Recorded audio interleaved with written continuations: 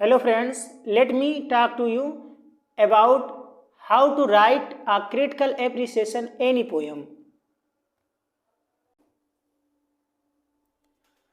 बात करें इंट्रोडक्शन की, तो इंट्रोडक्शन में हम पोएम के बारे में और पोएट के बारे में लिखते हैं कि पोएम कब पब्लिश किया गया है और कब लिखा गया है, और इसके कुछ इम्पॉर्टेंट पॉइंट को इंक्लूड करते हैं। देन मेन थीम और आइडिया कि पोएम का सेंट्रल आइडिया क्या है, मुख्य बिंदु, इसके बारे में हम चर्चा करते हैं।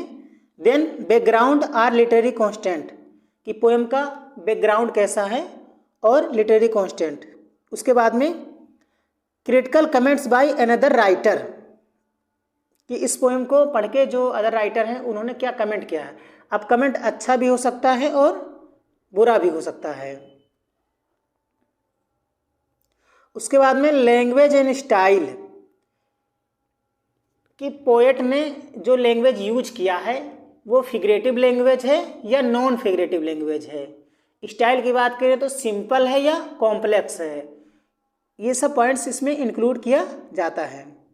देन इंटरटेक्चुअलिटी क्या होती है। इंटरटेक्चुअलिटी में पोएट डीप थिंकिंग को लिखते हैं। जब पोएम पढ़ाया जाता है या रीडर जब पोएम को पढ़ते हैं तो उनको कितना समझ में आया है, उसकी डीप थिंकिंग क्या है, उसका ओवरव्यू इंटरटेक्चुअलिटी में लिखा जाता है। Then speaker of the poem, poem के स्पीकर क्या है, मतलब लिविंग थिंग्स है या नॉन लिविंग थिंग्स, किसी सब्जेक्ट को मान लिया जाता है। जेनर कि पोएम का जेनर क्या है, फिलोसॉफिकल डायलॉग जैसे, ये सब इसमें इंक्लूड किया जाता है। उसके बाद में फिगर ऑफ स्पीच कि पोएट ने कौन सा फिगर ऑफ स्पीच यूज किया है, जैसे like simile, metaphor, assonance, alliteration, ये सब सारे फिगर ऑफ स्पीच यूज किए जाते हैं। और सबसे इम्पॉर्टेंट जो है राइमिंग स्कीम एंड मीटर कि पोएम का राइमिंग स्कीम क्या है और मीटर, जैसे एम्बिक पेंटामीटर हो गया, टेट्रामीटर हो गया, ये सब मीटर का इसमें यूज किया जाता है। उसके बाद में इम्पॉर्टेंट कोटेशन, मतलब किसी भी अगर क्रिटिकल एप्रिसिएशन को हम लिखते हैं तो उसमें अगर एक या दो कोटेशन डाल देते हैं तो उसमें क्रिटिकल एप्रिसिएशन में बहुत ज़्यादा अच्छा प्रभाव पड़ता है राइटर का।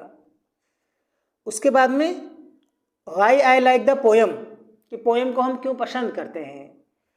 उस पोएम को पढ़ने के बाद में ऐसा क्या रीजन है, उस रीजन को हमें इसमें लिखना है why I like the poem में। देन उसके बाद में कंक्लूजन कि पोएम को पढ़ के पूरा जो उसका निष्कर्ष है उस चीज़ को इसमें हम इंक्लूड करते हैं। Thank you so much everyone.